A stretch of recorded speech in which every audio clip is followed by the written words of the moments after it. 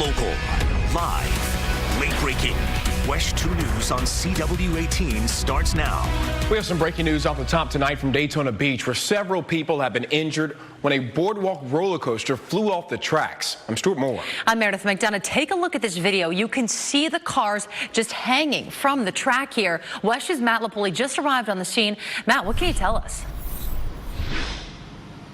Well, Mayor and Stu, Daytona Beach firefighters have been doing that very careful work of rescuing people off of this roller coaster here. Gordon will show you the car that was dangling, that the firefighters were rescuing people from. You can see also from some video from the rescue that the fire department shared with us that some riders were stuck on that dangling car. That's of course because the ride malfunctioned, causing it to derail. We know several people were rescued from the ride. About 10 people had to be rescued, taken off of it. 6 of them were rushed to a hospital. We know 2 people before this big rescue were thrown from the ride 34 feet to the ground. As far as conditions of everyone that was injured and rushed away to the hospital, that's still being assessed. Really, fire rescuers are still very much assessing all of this. They've been focused, of course, on rescuing people, saving lives. But this is, of course, a very developing story that we'll be following. Back to you guys. Matt, do we know how long the people were stuck in these cars? We know it was just a little bit over an hour when all of this started and the rescuing began. This was very slow work, of course. The firefighters came out with their trucks and used their ladders actually to reach people. People had to climb on those ladders in order to make that safe escape. So this was slow, meticulous work to rescue these people. And Matt, we know that all the people have been taken off the roller coaster. Are people still being treated at the scene at this time? Not at the scene. It seems that everyone who's injured has been rushed away from here to the hospital, I presume Halifax Hospital here in Daytona Beach. Okay, WESH 2's Matt Lupoli reporting for us live in Daytona Beach tonight. Matt, we'll check back into you a little bit later on. Also breaking news out of Volusia County, 3 people were taken to a hospital due to a lightning strike near New Smyrna Beach dunes this evening. New Smyrna Beach Fire Department said the lightning strike happened around 7:30.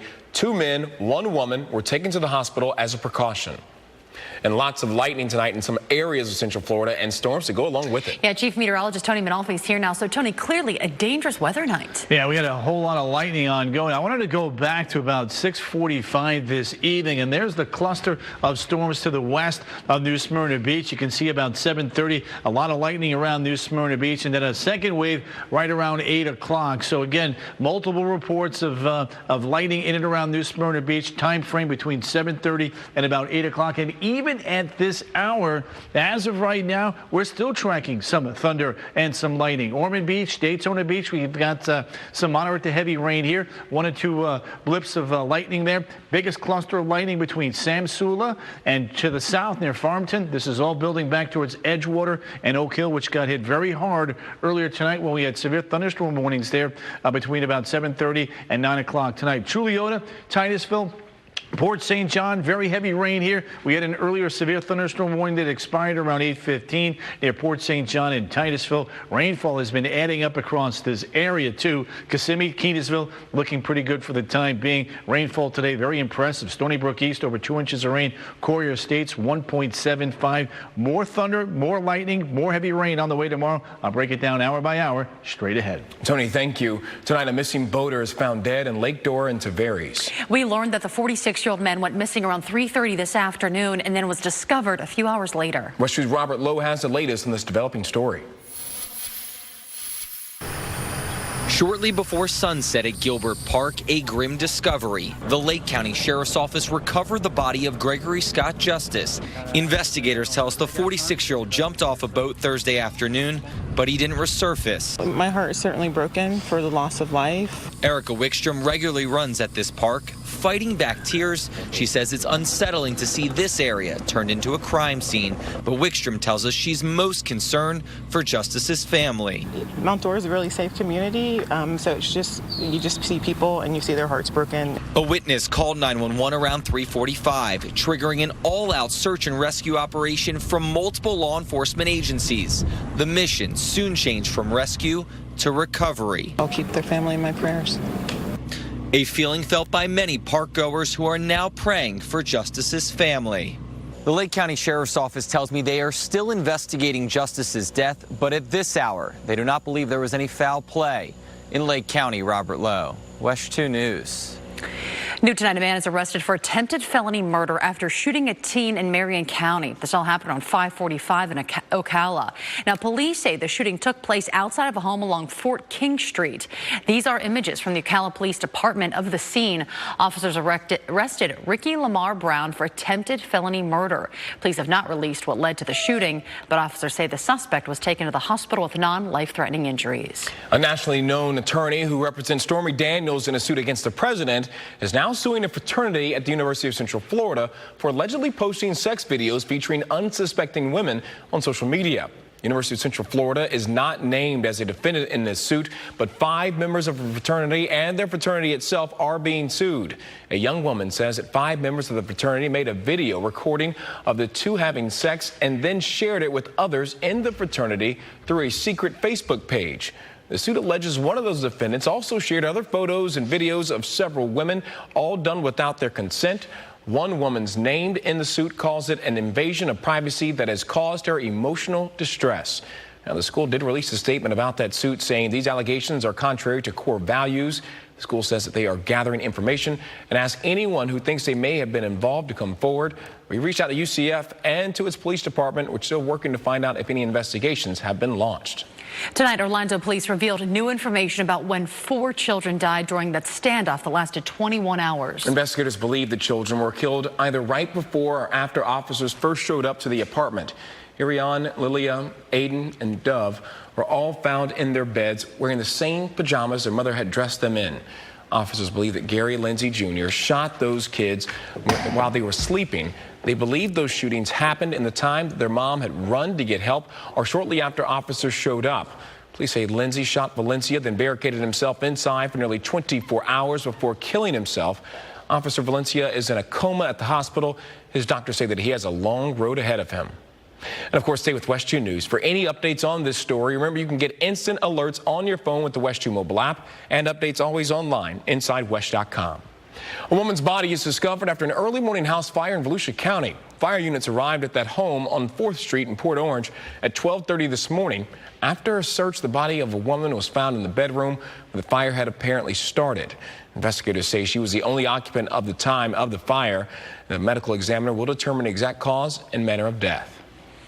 Thick black smoke fills the sky, and it's a deadly fire that claimed the life of an elderly woman in Orange County. Flames tore through the mobile home along Charlin Parkway just off of Goldenrod around 10 this morning. 4 people, including a woman and 3 children, were able to escape. But after firefighters knocked down the flames, they found an elderly woman inside who had been killed. A neighbor tells us the victim tried calling for help from a man across the street, but he wasn't able to reach her. She started screaming. Like, I'm here, papi, to him, because she know him. But when he tried to grab it, the burns coming out from the windows and everything, so he cannot do nothing. The state fire marshal says so far they have found no signs that the fire was intentionally set. The victim's name has not yet been released. New tonight, a 3rd man has been arrested and charged in a murder following a break-in. Seminole County investigators say that 32-year-old Luis Ruiz is facing charges of felony murder, along with Carl Makarowski. Investigators say Ruiz drove the getaway vehicle to and from the scene on Monday. Now we're hearing the 911 calls made by the homeowner Monday afternoon. Deputies were called to that home on Westbourne Drive for a break-in. The homeowner fired a gun and shot Daniel Valentin. They say that Makarowski then fled the scene with Ruiz and Valentin, but left Valentin behind a gas station. Here's some of that homeowner's call to police right after it happened. I'm searching my house, and they didn't get inside though, right? Yeah, they got inside. As he got all the way up to my bedroom. He got right up to my bedroom, and then when he saw me, he freaked out. We are told the homeowner is a former Kissimmee police officer. She is currently not facing any charges. The Orange County millionaire who shot and killed his wife will spend the next 30 years in prison. Bob Ward was sentenced today after a jury found him guilty of manslaughter back in January. He shot his wife Diane in 2009. Their daughter Sarah stands by her father and claims that her mother wanted to die. She told the judge that she once found a suicide note written by her mother. From the second anyone who has ever seen anything written by my mom would recognize as her handwriting, and a note that I will forever regret not finding myself or it being found sooner, because if it had been found sooner, we probably wouldn't be here. I just hope and pray you let me do this thing for time served and go back to my family, please. This was the second trial for Bob Ward. His original conviction for second-degree murder was overturned. The man convicted of brutally beating his girlfriend to death says he still loves her. Emotional family members packed a Brevard County courtroom for the sentencing of 25-year-old Josiah Hadley, who was found guilty of killing Gigi Martinez back in October 2014. Her family clutched pictures of her and wore them on their shirts. Hadley's family was there as well. They listened as Hadley spoke about the woman he killed. She was very loving, caring. She had that spark to her that you just couldn't find anywhere else. I don't think he has the right to speak kindly of my daughter. If she was so sweet and so kind, why did he kill her? The judge heard all the testimony today, but put off the actual sentencing for several weeks. Hadley could get anywhere from 19 years to life in prison. The brother of Orlando Police Chief John Mina will go on trial later on this summer. Edward Mina faces sex charges involving a child under the age of 12. With his hands and ankles in cuffs, Edward Mina appeared in court today for what was supposed to be a bond hearing. His attorneys, though, waived that hearing and entered a not guilty plea on his behalf. His trial will begin August 20th. A driver bails from a car after a traffic stop in Volusia County, and things then take a dangerous turn when the deputy confronts the passenger. Put your hands up. Okay. Hey, somebody come over here now. Keep your hand there. Sir. Got another? Got him. Well, eventually, the deputy then catches up to the passenger identified as Jamie Cash. Then, while searching the car, deputies find a loaded gun, which turns out to be stolen, and so was the car. Cash now faces several charges. The driver was able to get away and has still not been caught. Now to new details. Police make an arrest in connection to new graffiti painted across Claremont.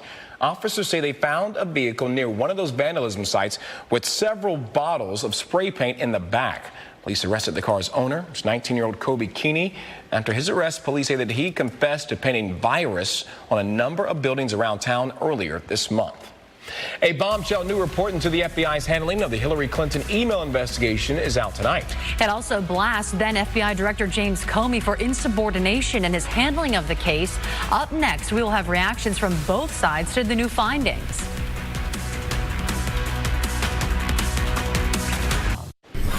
We're staying on top of that breaking news out of Daytona Beach, where a roller coaster has derailed from the tracks. This is video from earlier where you see some people being helped off the roller coaster by fire crews. Daytona Beach Fire tells us that 10 riders total had to be taken off of those tracks from the roller coaster. 6 of them that were on the roller coaster still were transported to the hospital.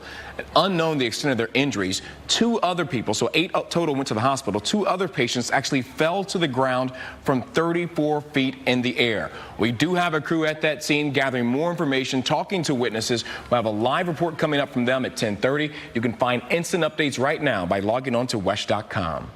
A new report by the Inspector General Office today included strong words about former FBI Director James Comey and his handling of the Hillary Clinton email investigation. NBC's Susan McGinnis has more on this developing story. In a scathing 500-page report, the Justice Department's internal watchdog finds former FBI Director James Comey was insubordinate, deviated from FBI norms, and damaged the agency's image in its handling of the Hillary Clinton email investigation. But the 18-month investigation did not find any political motivation from Comey or others in the FBI before the 2016 election. Nothing in this report impugns the integrity of our workforce as a whole or the FBI as an institution. The president's supporters and detractors are each seizing on different findings in the report. At the end of the day, the actions reviewed in this report helped Donald Trump win the election, not the other way around. President Trump sees proof he was right to fire Comey. It reaffirmed the president's suspicions about Comey's conduct and the political bias among some of the members of the FBI. Comey calls the report reasonable, but says he disagrees.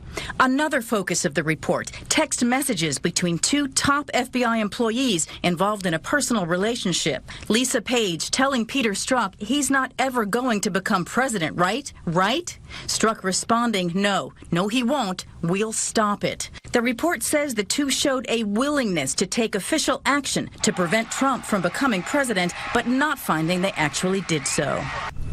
One question yet to be answered, does this report hurt James Comey's credibility as a witness in the Russia investigation? In Washington, Susan McGinnis, NBC News. After 12.5 years, the man at the helm of Volusia County government is now retiring. County Manager Jim Deneen handed his letter of retirement in today to County Councilwoman Billy Wheeler. Deneen says it's time to seek new adventures, be it in the public or private sector. He says he'll leave with a balanced budget, reduced taxes, and no debt in the general fund. Deneen has been under fire for the conditions at the county morgue that led to the resignation of the chief medical examiner. He says that situation has been remedied. We brought in the new guy. He's acting, and as we speak, not a problem. Every day they take care of all the bodies, haven't had an issue. Deneen says based upon his contract, his last day is January 11, 2019. He says that should give the county council ample time to find his replacement. As many as 100 people are out of their homes after an apartment fire in Hillsborough County. The flames raced through the Allegro Palms condos complex. From above, you can see just how massive the size of the complex and the fire was, and the dozens of crews battling the flames. It was huge. It was like you could feel the heat coming like all the way across the building, across the parking lot. No one was hurt, and crews stayed on the scene to keep a close eye on any hot spots. The Red Cross is now working with any families affected by the flames. We had that report tonight in New Smyrna Dunes of those 3 people that were struck or were hit near a lightning strike this evening. The Daytona Beach and the whole coast area has been dealing with a lot of heavy storms. Well, and thankfully the person was able to do CPR on the one individual who's now okay. But it just goes to show you, June, July, and August, it's the peak of our lightning season here. We are the lightning capital from Tampa to Melbourne of the United States, so you really got to keep a close eye on the weather. We've got rain and a couple of storms offshore now up towards Daytona Beach. Current temperature now down to 73 degrees here up in Daytona Beach. When we take a look at the live radar here, you can see that a good chunk of the activity now is moving offshore. However, we're not done with the rain. A couple of showers settling on in Palm Coast now up towards the Marineland area. There's Ormond Beach and Daytona Beach. A couple of showers ongoing there. Down towards Daytona Beach and Holly Hill. Still have some light to moderate rain along A1A. There's 1 and there's 95. So do watch your travels in and around eastern Volusia County. New Smyrna Beach, another round of rain coming at you. The good news, though, it does appear to be weakening on approach to Leota. Bit low. Still raining for you. And this is headed over towards Titusville and could clip the south side there of Scottsmore and Mims. We'll keep you posted on that. Farther to the south, little outflow boundary blew through Meadow Woods and now is igniting a little thunder shower here in and around Kissimmee. If it holds together, this one could affect St. Cloud, so we'll keep you posted on that. I'll have another update coming up at about 10:30. Canaveral Groves, 1.62 inches of rain. Lake Mary Jane, 1.61. Waterford Lakes, Altamont Springs, 1.5 inches of rain. So the rain moves offshore by 11:30. Overnight tonight, warm and humid. Overnight low temperatures only falling into the lower 70s. Out the door tomorrow morning. Still at 80 right now. Leesburg, over towards Kissimmee. And Melbourne, you'll fall to about 74, 75. Melbourne, right around 70 up towards Ocala. 12-hour forecast from 7A to 7P. Just like clockwork, beautiful in the morning. Afternoon showers and storms get going by early to mid-afternoon. In fact, let's take a look at Futurecast. 7 a.m., good.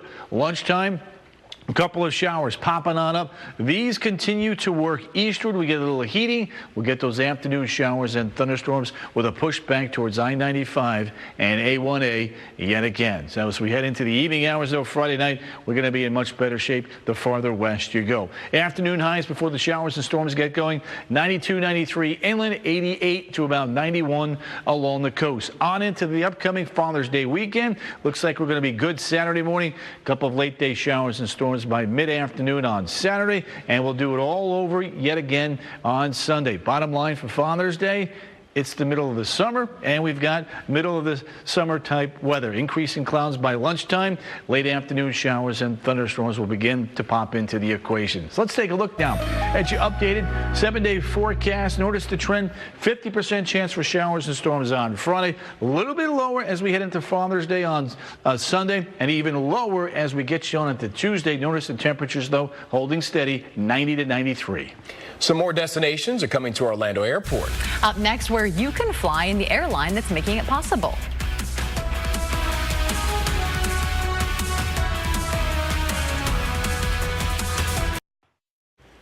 You will soon have some new vacation options from Orlando. Today we are announcing 11 new routes here in Orlando, including our first international routes and service to Latin America and the Caribbean. And here they are.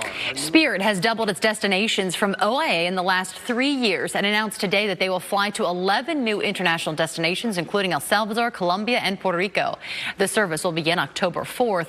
Today's announcement comes just days after the airline announced that it will be expanding service from OIA to the Carolinas.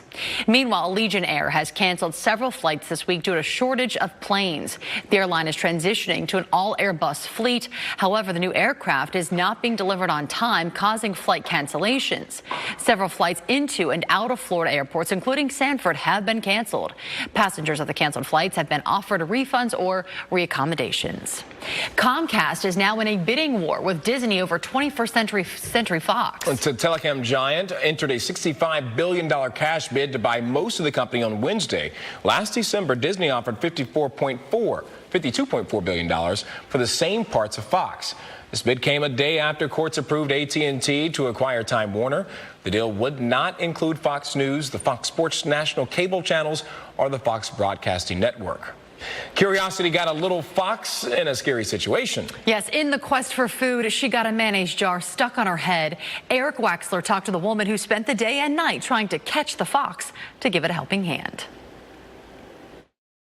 There she was, behind Pasco Fire Rescue Station 26. I was the one that spotted it. Firefighter Joseph Skanks saw an animal in distress. I told the guys, there's a fox out there with a jar on its head, and everybody got up, came out, and we were amazed that he was just sitting there. His crew tried, but no one could wrangle in that fox, so they called in Owl's Nest Sanctuary for Wildlife. I just couldn't stand the thought of this poor innocent creature out there suffering. And for 5 days, twice a day, volunteer Kelly Thomas tried to catch her. I would lay awake at night thinking about her out there and suffering, so it was just not something I was going to give up on. Finally, with the help of a trapper, Kelly got the fox and got the jar off of her head. Oh my God.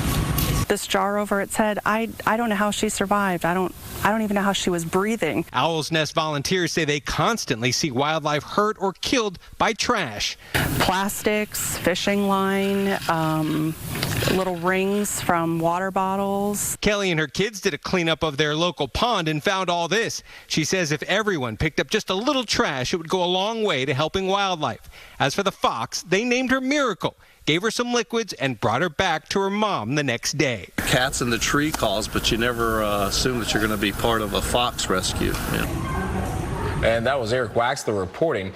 Up next, new details surrounding when a father killed 4 children during a hostage standoff. We'll tell you about the preliminary findings that reveal a timeline in the deadly shootings.